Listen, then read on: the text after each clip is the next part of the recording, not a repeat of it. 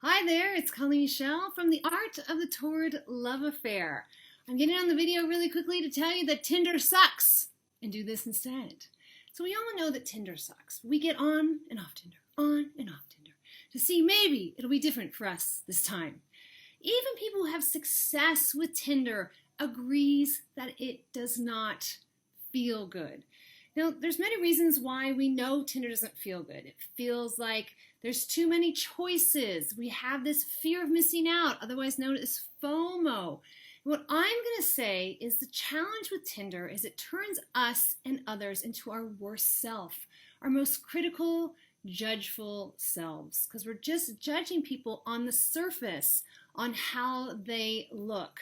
We don't like doing it. We don't like doing it. We don't like other people doing it towards us.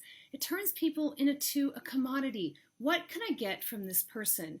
Instead of turning people into an opportunity to connect.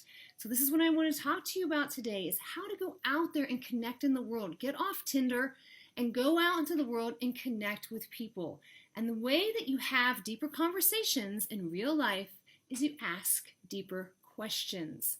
When you start asking deeper questions, you pull back the curtain for that person that you're talking to, and you get to see that person as a real human being.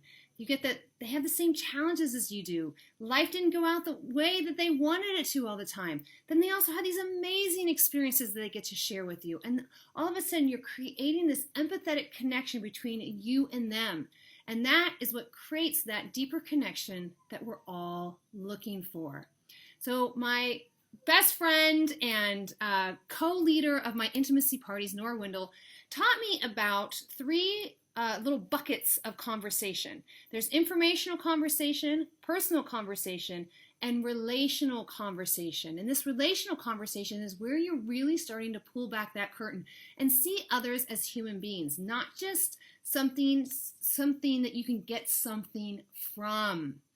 So now I'm going to tell you how you do that is just ask better questions. And I'm going to give you some questions that you can have in your back pocket so that when you go out into the world, you can ask people these questions. So first, let's just talk about like the first meeting. Like let's say you see someone across the bar or across the cafe and you want to start a conversation with them. You know, usually we're like, how are you? Where are you from? What do you do? Instead of those, which is informational and personal information, let's get relational. Find out what's going on in the background and bring it into the foreground so that you start talking about the juicy stuff. So some questions might be, what do you love about your life? What are you really passionate about? What are you most proud of? And then if you want to get a little bit more provocative, my friend David Wood asked people, if you had a warning label, what would it say? So that's good for the first meeting, but what about the first date or the second meeting? You might just want to get a little bit deeper. So I have some questions for that as well. What do you really want me to know about you? How do you feel supported in your life right now? What can someone say or do to have you feel love? And then at the end of the date, you could ask, what can I say or do that would have you feel really great right now? So you might be asked for an end of the date kiss, which everybody loves. So those are just some ideas and some questions that you can put in your back pocket and have at all times in order to have those deeper conversations. Now, of course, the challenge is that we're so used to being on Tinder and, not connecting with people. And so it's scary. We're not used to this, and feelings of, fear come up in us. So you're going to have some courage. Just move with the fear. Move with the fear. That's what courage is all about. Say, that's fine, fear, you can come with me, but we're going to go talk to this person.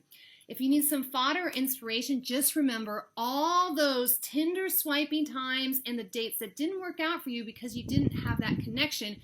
It was just the physical connection that you saw on a screen. Think about all the time, money, and resources wasted on that. And maybe that'll give you the courage to actually have the conversation of the person that you're attracted to. I also highly recommend practicing. Do it with everybody. Don't worry about if you're attracted or not. Do it with the same sex. Just practice. Get on the court asking those questions, because the more you practice, more confidence you're going to have and the less courage you're going to need to actually do it when it matters to you. I hope that was of value to you. The next thing I have to share is I've launched my book campaign where you can go and pre-order the book that I'm writing, The Art of the Torrid Love Affair, Unleashing Your Erotic Intelligence.